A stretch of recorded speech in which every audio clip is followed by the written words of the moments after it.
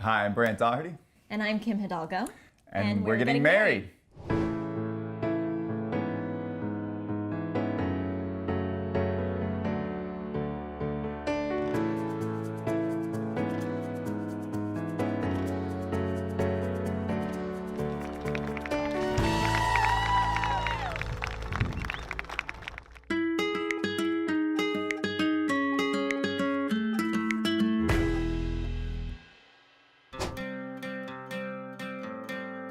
We met the way most people meet these days. I think the modern day bar. We met on a dating app, of all places.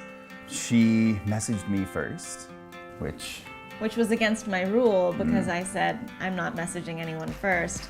But actually, it's because my friends who actually have been married for 10 years now, I was at their place and they were talking about the night they met, and I was there.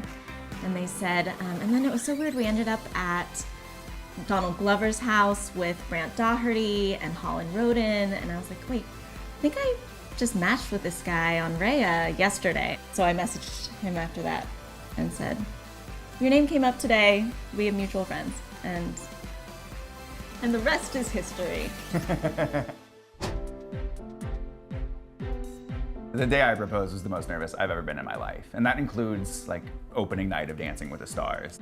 I don't know exactly when I decided to propose. It kind of just happened over a few months and suddenly I was like, oh, I'm looking at rings online. That's interesting, that's weird. And the way it played out was the weirdest thing. Like I was getting ready to propose and this work trip to Europe came up over Valentine's Day. And I was like, well, I think the universe is telling me that that's the time I need to do this. So I had a feeling. He said something to me. My birthday was right before this, and we were going out to dinner for my birthday, and he said, I have something else for you too, but I thought it would be more fun to give you in Europe. And I knew, Valentine's Day in Europe, I'm thinking, it's a ring, it's a ring. So we were in Amsterdam over Valentine's Day, and as the sun was setting, I took her to this lovely little bridge and proposed there. And then we went for a very fancy dinner.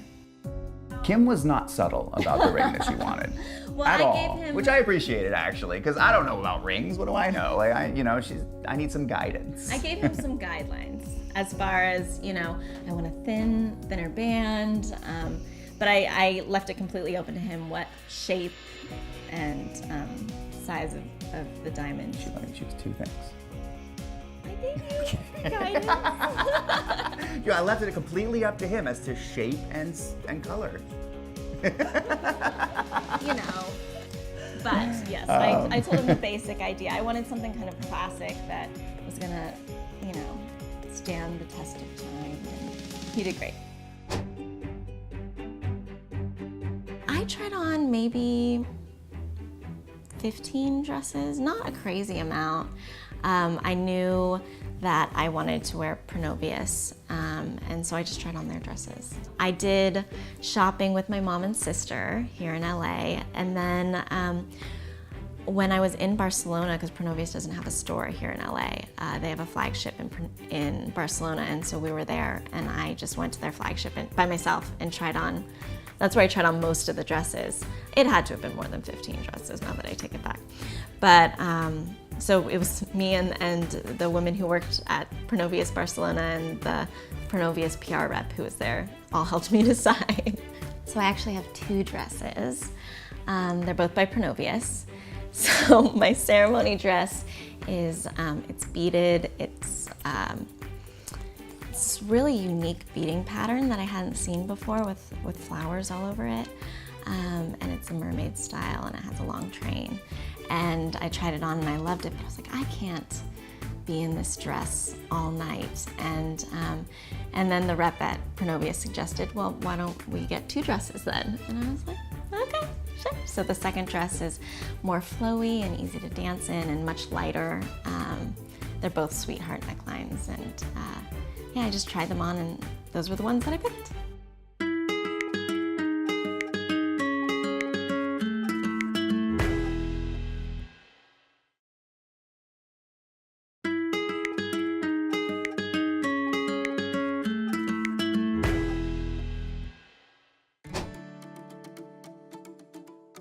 I really didn't have an idea of what my wedding would look like.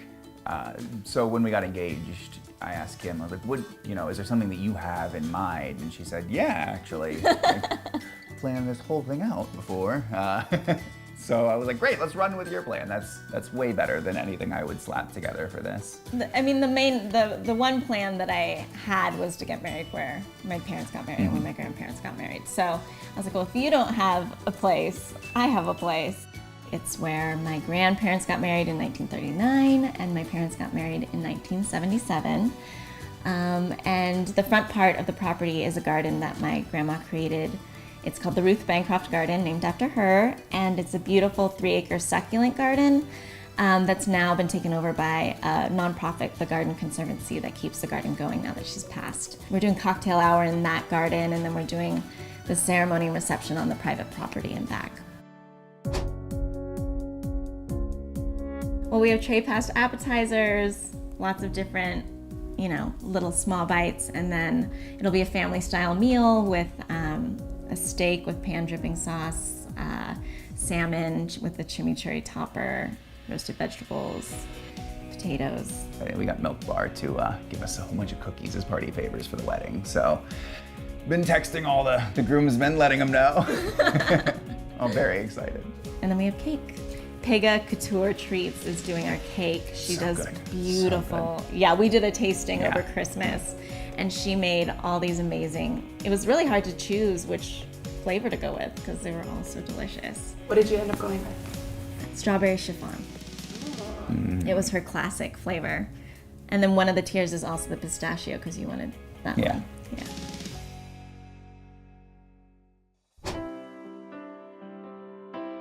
There's going to be people from a lot of different worlds there. People from, we both worked on so many different shows, and the people we still keep in contact with who are available. They're all coming.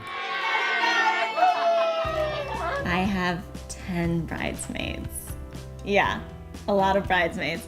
So I went with his sister, my sister's my maid of honor, and then my oldest friend in LA, Galadriel, my oldest friend from home, Gina, and then kind of my core group of girlfriends here in LA.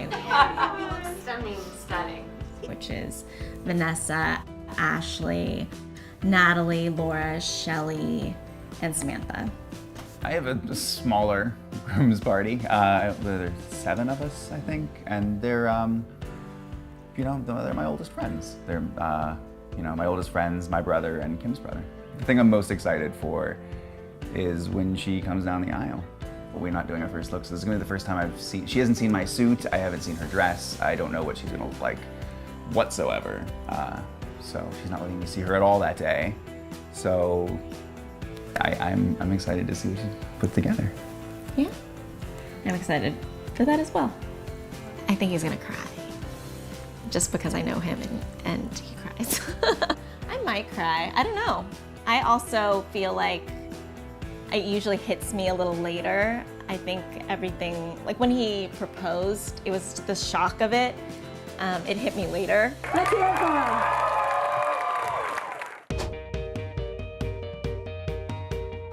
And now, if everyone could please rise, I think you know these two, the newlyweds, Mr. and Mrs. Daugherty. I just wanted people to have fun. That was the main thing for me. So, decent food, great music, just have a good time. We're not doing anything crazy. It's pretty I feel normal. like most of our lives are a production. I feel like when we actually want the attention on us, we just kind of want a simple party with our friends and family. Yeah, someone gave us the advice to stick together all night because it's easy to get pulled away to different people and start talking and then realize that you haven't even been with your significant other. And so we're sticking by that. We're gonna stick together. Fun. I think the thing that's most us is that the ceremony's gonna be quick. The dances are all quick. We only have 2 people doing toasts, so it's gonna be short and sweet with all that stuff, and we'll just have fun. Our first dance is going to be to a cover of La Vie en Rose, so it'll be very beautiful and simple. Yeah, we listened to a bunch like of that one a songs, lot. and that one just kind of felt right, and so we went with it. Yeah.